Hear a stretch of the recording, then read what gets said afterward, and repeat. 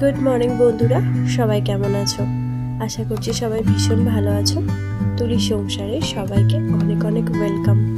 চলে এসেছি আবার একটি নতুন ব্লগ নিয়ে। আজকের ব্লগটা আমি একদম সকাল থেকে শুরু করছি তোমাদেরকে সঙ্গে নিয়ে। সবাই দেখতে থাকো, আশা করছি আজকের ব্লগটা তোমাদের খুব ভালো লাগবে।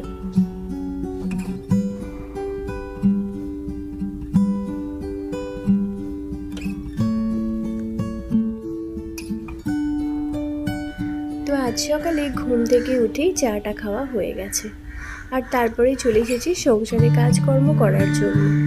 কারণ আজকে আমার কাজে দিদি আসবে না, আর আজকে ছিল সোমবার। তো সোমবারেতে আর মঙ্গলবার এই দুটো দিনও ছুটি নিয়েছে, যেহেতু ওদের পরব আছে। আর সেই জন্য ভাবলাম বসে সময় নষ্ট না করে সংসারে কাজগুলো করে নেওয়াটাই ভালো।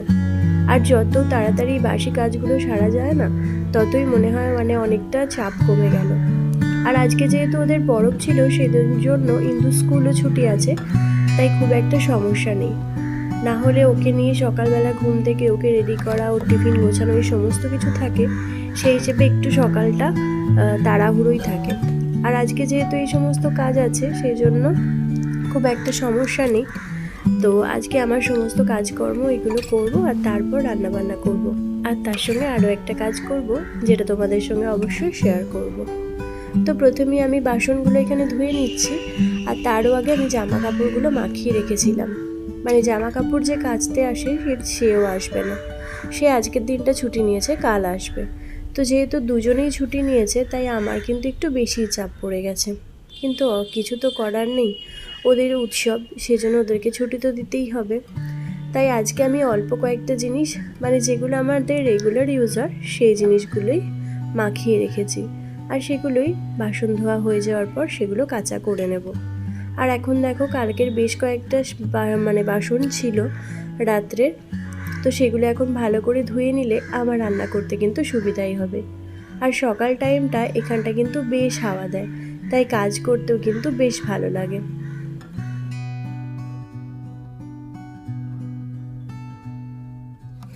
আর জানো তো বন্ধুরা, যখন আমরা এই বাড়িটায় প্রথম আসি, তখন কিন্তু আমার কোনো কাজের লোক ছিল না, কোনো হেল্পিং হ্যান্ড আমার ছিলই না।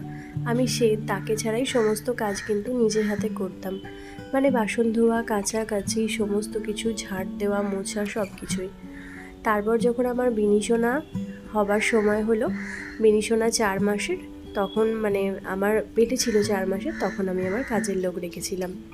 তখন অনেক আগে। আর তখন যে কাজ করতো, প্রথম প্রথম কিন্তু কাজ করতে ভালোই আসতো। তারপর থেকে তার কামাই শুরু হতো, আর প্রায় দিনই সে কামাই করতো, জানো তো। তখন আমার মেয়েটা তখন অনেক আমার এই 7-8 মাসের পেটে, তো এরকম প্রায় দিনই কামাই করতো, আর আমাকে নিজেকে কাজগুলো করতে হতো। প্রচণ্ড কষ্ট হতো। একদিন এত কোমরে যন্ত্রণা হতো, আমি তো উঠতেই পারতাম না। আর তোমাদের দাদা এসে রান্নাবান্না করতো, আর তার সঙ্গে আমার কোমরে মালিশ করে দিত। এরকমভাবে চলছিল বেশ একটা বছর চললো। আমার বিনিশোনার অন্নপ্রাশনের পর ঠিক করেছিলাম ওকে ছাড়িয়ে দেব। তো বিনির অন্নপ্রাশনের পর আমি তখন ওকে ছাড়িয়ে দিয়েছিলাম। যেহেতু একদম বিনি হওয়ার আগে থেকে ও ছিল, তাই ভাবলাম অন্নপ্রাশনটা হওয়ার পরই ওকে ছাড়াবো। তো অন্নপ্রাশনটা হয়ে যাওয়ার পর ছাড়িয়ে দিয়েছিলাম। তারপর এই দিদিটা এখন যে কাজ করতে, তাকে রেখেছিলাম। সেও আমার কাছে বেশ 2 বছর হয়ে গেল আমার কাছে আছে। তো বিনিশোনা ধরো 7 মাস বয়সেও ঢুকেছিল, তো এখনও আছে। আর ও কিন্তু এই সময়টা বেশ কামাই করাটা শুরু করেছে, মাঝে মধ্যেই কামাই করে দিচ্ছিল বেশ কয়েক মাস আগে থেকে। তো তারপর আমি কি করলাম, দুটো স্টেপে লোক রাখার চেষ্টা করলাম, যে একজন কাচাকুচি করবে আর একজন বাসন ধোয়া, ঘর মোছা করবে। তাহলে কি হবে, যে একজন না এলে আর একজন আসলে সে তার কাজটা করে দেবে। এটাই আমার একটা সুবিধা হলো। তো এখন সেরকম রেখে কিন্তু অনেকটা সুবিধা হয়েছে। তো এখন ওইভাবেই চলছে। যাই হোক, তোমাদের সঙ্গে গল্প করতে করতে আমার কিন্তু এখানে দেখো কাচাকাচিগুলো হচ্ছে, আর বাসন ধোয়াটাও হয়ে গেছে। তো কাচাকাচিগুলো বললামই তো, সেরকম খুব একটা জামা কাপড় নেই, তাই যে কটা ছিল সে কটা কেচে নিলাম। আর সঙ্গে যে কাজটা আমি করব ঠিক করেছিলাম, সেটাই এখন করে নিচ্ছি। ওই যে প্রথমেই তোমাদেরকে বললাম, আসলে এখানে উঠোনে অনেক গাছ আছে, জানো তো। যে গাছগুলো মানে আমাদের খুব শখের মানে হিসাবে তৈরি করা অনেক গাছ। তো সেই গাছগুলো প্রত্যেকটা দিনই আমি ওদেরকে বলি যে উঠোনটা ওরা ঝাড় দিয়ে দেয়, কিন্তু এই টবগুলো সরিয়ে সরিয়ে যে গাছের জায়গাগুলো সরিয়ে সরিয়ে যে ঝাড় দেওয়া, সেটা কিন্তু কেউ করে না। তো প্রায় দিন আমি বলি, আবার মাঝে মধ্যে করে, কিন্তু এত নোংরা জমেছিল যে আমি অনেক দিন আগে একবার করেছিলাম, আবারও দেখলাম এত নোংরা জমে গেছে। আর এই গাছের গোড়াতে অল্প অল্প করে নোংরা এটা ওটা জমলে না আমার কিন্তু ভীষণ বিরক্ত লাগে। আর এই যে দেখো এই টবগুলো, এগুলো বলেছিলাম যে একটু পরিষ্কার করে দিতে, কারণ যেহেতু মাঝে মধ্যেই মানে একদিন হয়তো বৃষ্টি হচ্ছে, খুব একটা হচ্ছে না সেটার জন্য না, কিন্তু তার থেকেও বড় কথা কি বলতো, উঠোনটা যখন ধোয়া হয় তখন নানা রকমের নোংরা ধুলো টুলো এগুলো সব ছড়িয়ে, তারপর ওই নোংরা জলগুলো ছড়িয়ে ছিটিয়ে লাগে, তো তারপরে এই টবগুলো কিন্তু খুব নোংরা হয় আর দেখতেও খুব বাজে লাগে। তো সেই জন্য ওদেরকে বলি যে এই জিনিসগুলো একবার ওরা যখন ঝাড় দেয় তখন এগুলো একটু ধুয়ে দিলে জায়গাটা খুব সুন্দর পরিষ্কার হয়ে থাকে। কিন্তু কেউই, কাজের লোক কি আর অত কাণ্ড করে পরিষ্কার করবে? তো ওরা কিছুতেই সেই মানে ওই যতটুকু সম্ভব হাতে কাছে যতটুকু সেটুকু করে, আর বাইরে কিছু করে না। তো সেই জন্যে ভাবলাম যে আমি এগুলো পরিষ্কার করি, আর যেহেতু আমার অনেকটা সময় আছে সকালের দিকটা, তাই আমি এগুলো করে নিই। আর আজকে সকালের দিকটাতে রোদও সেরকমভাবে ওঠেনি, হালকা হালকা রোদ উঠেছে, তার সঙ্গে হালকা হালকা হাওয়াও দিচ্ছে, বেশ ভালোই ছিল ওয়েদারটা। তাই ভাবলাম যে আমি এখানটা পরিষ্কার করে নিই। আর তোমাদের দাদা যদি আমাকে দেখতে পায় যে এই জায়গাগুলো পরিষ্কার করছি, ও কিন্তু আমাকে প্রচণ্ড চেঁচাবে। একটাই কারণ যে গরমের মধ্যে এটা ওটা পরিষ্কার করতে যেও না, তোমার কষ্ট হবে। তো যতই কষ্ট হোক, ঘরদোর পরিষ্কার রাখতে কে না পছন্দ করে বলো? আর মেয়েরা তো বেশি করে, যে ঘর পরিষ্কার পরিচ্ছন্ন থাকবে, মেয়েদের তো এটাই মানে ইচ্ছা। যাই হোক, এখানে দেখো টবগুলো বেশ সুন্দর করে ধুয়ে নিচ্ছি। আর এই গাছগুলো হচ্ছে অ্যাডিনাম, মাঝখানে বেশ ফুল ফুটছিল, এখন আবার ফুলগুলো একদমই ফুটছে না।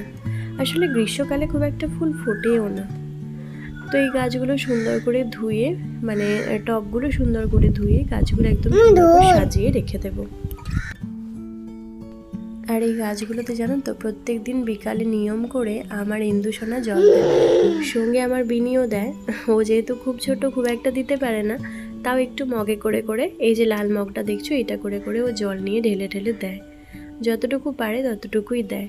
মানে আমি মাঝে মাঝে দিই, তো মাঝে মাঝে না, প্রায় প্রত্যেক দিনই বিকেলবেলাতে আমি গাছে জল দিই, সেটা দেখে ওদেরও অভ্যাস হয়ে গেছে। ওরা দুজনে এখন জল দেওয়ার জন্য রীতিমতো মারপিট শুরু করে দেয়, যে কে গাছে জল দেবে সেই নিয়ে। তো এইভাবেই চলে সারাটা দিন। আর আজকে জানো তো, আমাকে ইন্দু একটু ক্যামেরার কাছে হেল্প করেছে।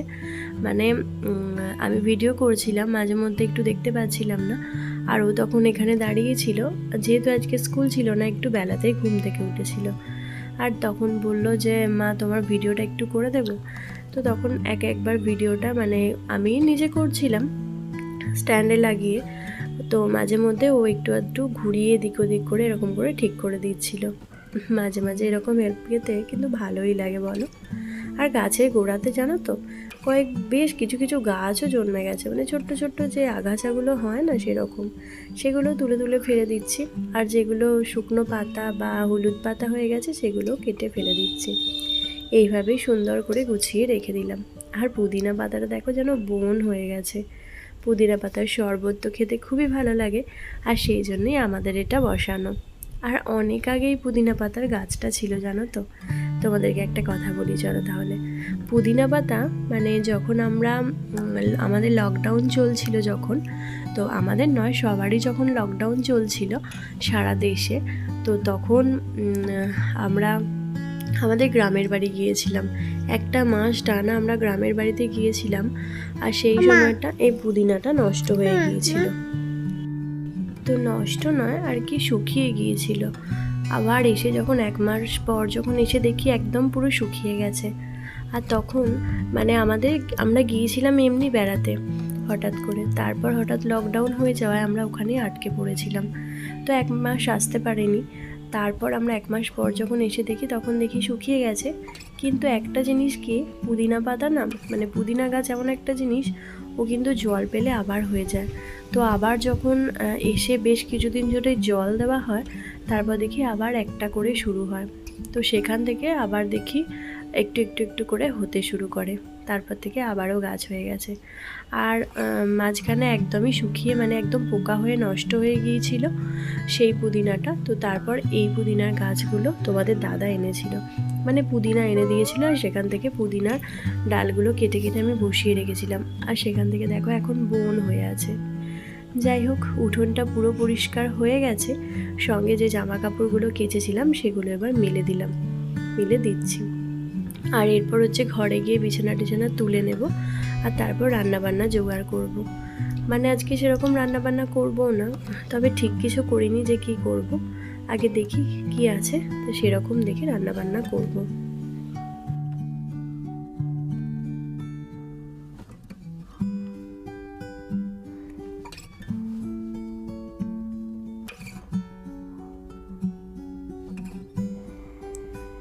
আর এই যে জামা কাপড়গুলো মিলে নিচ্ছি, জামা কাপড়গুলো মিলতে জানো তো বেশ কষ্ট হয়, কারণ অনেকটা ওপরে দড়িগুলো বেঁধেছে, তাই আমার পক্ষে ওই ওপরেতে জামা কাপড়গুলো মেলা বেশ কষ্টকর, মানে ঘাড়টা উঁচু করে মিলতে হচ্ছে। আর মেলার থেকেও তোলাটা আরও বেশি কষ্টকর, কারণ যে দিদি মিলে দিয়ে যায় জামা কাপড়গুলো ও বেশ লম্বা আছে, সেই জন্য ও নাগাল পায়। কিন্তু আমার পক্ষে জামা কাপড়গুলো তোলাটা খুব কষ্ট করে, যে ক্লিপগুলো খুলে খুলে তারপর নিতে হয়, তাই জন্য খুব অসুবিধা হয়, ঘাটটা ধরেও যায়। অনেকবার ওকে বলেওছি যে এটা নামিয়ে দিতে, কিন্তু এই যে ছোটোখাটো বিষয়ে সবার খুব একটা মাথা ঘামানোর প্রয়োজন পড়ে না। তো অনেকবারই নামানোর কথা এগুলো বলেছি, কিন্তু কাজ কিছুই হয়নি। আর এই ছোটো ছোটো বিষয়ে সবাই অতটা মাথা ঘামায় না, সেই জন্য আমিও ছেড়ে দিয়েছি বলা, যা হোক করে যে কটা জামা কাপড় থাকে তুলে নিই, তাতেই হয়ে যায়, কি আর করবো। তো এরপর হচ্ছে আমি চলে এসেছি এখন আমাদের বাড়িতে কাঁঠাল এনেছিল বলতে কিনে নয়, ওই আমার মাসি শাশুড়ি বাড়ি থেকে কাঁঠাল পাঠিয়েছিল, আর সেটাই তোমাদের দাদা এখন ছাড়াতে বসেছে। কারণ কাঁঠালটা আমি একদম মানে ছাড়িয়ে দিই যদিও, কিন্তু একদম খেতে পারি না, কারণ কাঁঠালের গন্ধ আমি একদম সহ্যই করতে পারি না। এই একটা জিনিসে আমার কিন্তু ভীষণ অ্যালার্জি, মানে কি বলবো, যে কাঁঠালের গন্ধটা পেলেই না আমার কীরকম যেন একটা বমি পায়। আমি কেন জানি না কাঁঠালটা একদম পছন্দ করতে পারি না। প্রত্যেকটা জিনিসই খাই বা পছন্দ করি না করি, কিন্তু খাই, কিন্তু এই কাঁঠালটা আমি একদমই পছন্দ করি না। আর এটা আবার বলছিল নাকি খাজা কাঁঠাল নয়, এমনি কাঁঠাল। আর কাঁঠালের কোয়াগুলো ছিল বেশ ছোট ছোট, তবে অর্ধেকেরও কম একটুখানি তোমাদের দাদা ছাড়িয়েছিল, আর সেটাই ইন্দু খেয়েছিল কয়েক টুকরো, আর ওর বাবা খেয়েছিল। আর বাদ বাকিটা ফ্রিজেই রেখে দিয়েছিলাম, মানে ফ্রিজে একবেলা রেখেছিলাম। ফ্রিজে যদিও এই কাঁঠাল রাখলে না খুব সমস্যা হয়, কি জানো তো, পুরো ফ্রিজময় গন্ধ উঠে যায়, আর আমি গন্ধটা একদমই বললাম সহ্য করতে পারি না, তাই আমার কিন্তু খুব বিরক্ত লাগে। একটা এয়ারটাইট কন্টেনারে আমি রেখে দিয়েছিলাম, আর তারপরের দিনে ওরা একটুখানি খেয়ে নিয়েছিল, বাদ বাকি যেটুকু ছিল সেটুকুই। মানে ওই একটা জিনিসের প্রতি আমার ভীষণ অ্যালার্জি বলতে পারো। তো যাই হোক, কাঁঠাল খাওয়া হয়ে গেছে, আর তার সঙ্গে আমার মুড়ি খাওয়াও কমপ্লিট।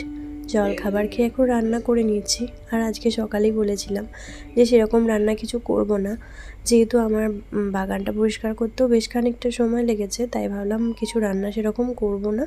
আর সবজি খেতে এক নাগাড়ে ভালোও লাগছে না, তাই বাড়িতে ডিম ছিল বলে আমি ভাবলাম একটু ডিমের ঝোল করে নিই। সেই জন্য ডিমটার আলুটা সিদ্ধ করে নিয়েছিলাম, আর এখানে এই যে মশলাটা কষিয়ে নিয়েছি। আলাদা করে আজকে না ডিমটা ভাজিনি, জানো তো। আর এই মশলাটা ঢাকা দিয়ে দিয়ে কষলে না বেশ সুন্দর তেল ছেড়ে যায় খুব তাড়াতাড়ি।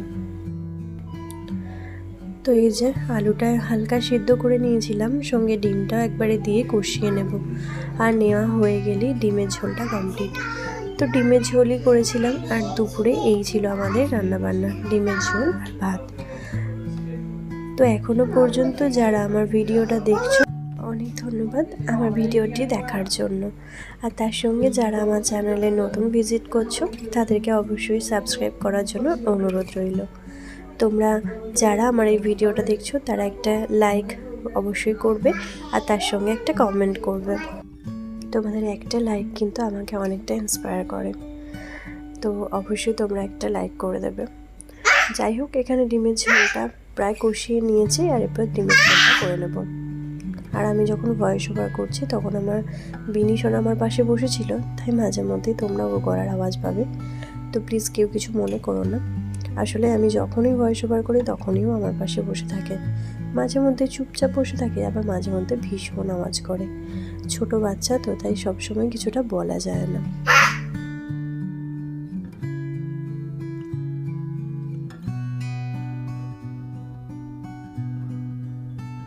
তো এখন তোমাদের সঙ্গে দেখা হচ্ছে একদম বিকেলবেলা। আমি ঘর মুছছিলাম আর এদিকে ইন্দুকে বলেছিলাম যে বিকালে বেড়াতে নিয়ে যাবো, মানে সন্ধেবেলা। সেই জন্য ও খুব তাড়াতাড়ি ঘরটা নোংরা করে দিয়েছিল বলে খুব তাড়াতাড়ি ঘরটা পরিষ্কার করে দিয়েছে। মানে আমি ওকে বলেছিলাম ঘরটা যদি পরিষ্কার করে দাও তাহলে তোমাকে বিকালে বেড়াতে নিয়ে যেতে পারি, আর সেই জন্যই ও এখন ঘরটা পরিষ্কার করতে লেগে পড়েছে। আর ও কিন্তু বেশ সুন্দর করে সমস্ত জিনিস গুছিয়ে রাখে। এই দিক থেকে কিন্তু অনেকটা ভালো, মানে ঘর যেমন নোংরাও করে সঙ্গে কিন্তু ঘর গুছিয়েও দেয় মাঝে মধ্যে। আবার মাঝে মধ্যে গুছিয়ে দেয় না, নোংরা রেখেই দেয়, আমি পরিষ্কার করে নিই। তো দেখো এখানে কিন্তু ফুল এনার্জি নিয়ে ঘরটা পরিষ্কার করে নিয়েছে। আর সঙ্গে আমি আমার যে কাজগুলো ছিল, গাছে জল দেয়া, আর তার সঙ্গে হচ্ছে গাছে জল দেওয়া, তার সঙ্গে ঘরটার মোছা আর এমনি পরিষ্কার করা, তো সেগুলো আমি করে নিচ্ছিলাম।